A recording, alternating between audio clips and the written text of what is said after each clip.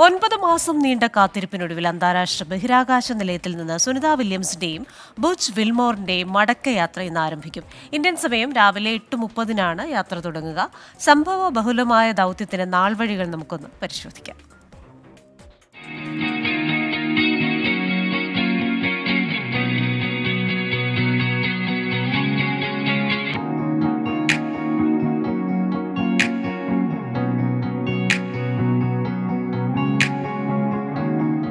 വെറും 8 ദിവസത്തെ ദൗത്യവുമായി അന്താരാഷ്ട്ര ബഹിരാകാശ നിലയത്തിലേക്ക് പോയതാണ് സുനിത വില്യംസും ബുച്ച് വിൽമോറും.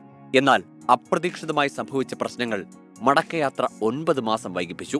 കഴിഞ്ഞ വർഷം ജൂൺ 5-നാണ് സുനിതയെയും ബുച്ച് വിൽമോറിനെയും വഹിച്ചുകൊണ്ട് ബോയിംഗ് സ്റ്റാർലൈനർ ബഹിരാകാശ നിലയത്തിലേക്ക് കുതിച്ചത്. ആ മാസം 14-ന് മടങ്ങാനായിരുന്നു പദ്ധതി. എന്നാൽ പേടകത്തിലെ ത്രസ്റ്ററുകളുടെ തകരാറും ഹീലിയം ചോർച്ചയും കാര്യങ്ങൾ മാറ്റിമറിച്ചു. പലതവണ ഇരുവരെയും മടക്കിക്കൊണ്ടുവരാൻ നാസ ശ്രമിച്ചു. പക്ഷേ സ്റ്റാർലൈനറിന്റെ അപകട സാധ്യത ആ ദൗത്യങ്ങളെല്ലാം നിരാശയിലാക്കി. 2024 സെപ്റ്റംബർ 7-ന് സ്റ്റാർലൈനറിനെ ആളില്ലാതെ മെക്സിക്കോയിൽ തിരിച്ചിറക്കി. രാജ്യാന്തര ബഹിരാകാശ നിലയത്തിലെ താമസം അപ്രതീക്ഷിതമായി നീണ്ടതോടെ അവിടുത്തെ കമാൻഡറിന്റെ ചുമതലയും സുനിത വില്യംസ് ഏറ്റെടുത്തു. ഇതിനിടെ സെപ്റ്റംബറിൽ അമേരിക്കയുടെയും റഷ്യയുടെയും 2 സഞ്ചാരികൾ ബഹിരാകാശ നിലയത്തിലെത്തി. സ്പേസ് എക്സിന്റെ ക്രൂ 9 പേടകത്തിലാണ് ഇവരെത്തിയത്. ഇവർക്കൊപ്പം നിലയത്തിൽ തുടരാനായിരുന്നു നാസ സുനിതയ്ക്കും ബുച്ചിനും നൽകിയ നിർദ്ദേശം. ക്ഷീണിതയായ സുനിതയുടെ ചിത്രങ്ങൾ പ്രചരിച്ചതോടെ ആരോഗ്യകാര്യങ്ങളിൽ ആശങ്കയുയർന്നു.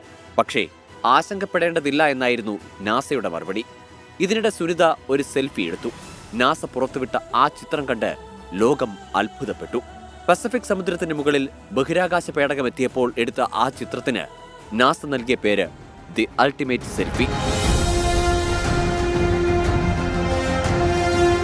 മാർച്ച് 16-ന് 4 ബഹിരാകാശ യാത്രികരെയും വഹിച്ചുകൊണ്ടുള്ള സ്പേസ് എക്സിന്റെ ക്രൂ 10 ഡ്രാഗൺ പേടകം അന്താരാഷ്ട്ര ബഹിരാകാശ നിലയത്തിലെത്തി. പുതിയ ടീം ബഹിരാകാശ നിലയത്തിലെത്തിയതോടെ ആദ്യമെത്തിയ 2 സഞ്ചാരികൾക്കൊപ്പം സുനിതയും ബുച്ചും തിരിച്ചു ഭൂമിയിലേക്ക്.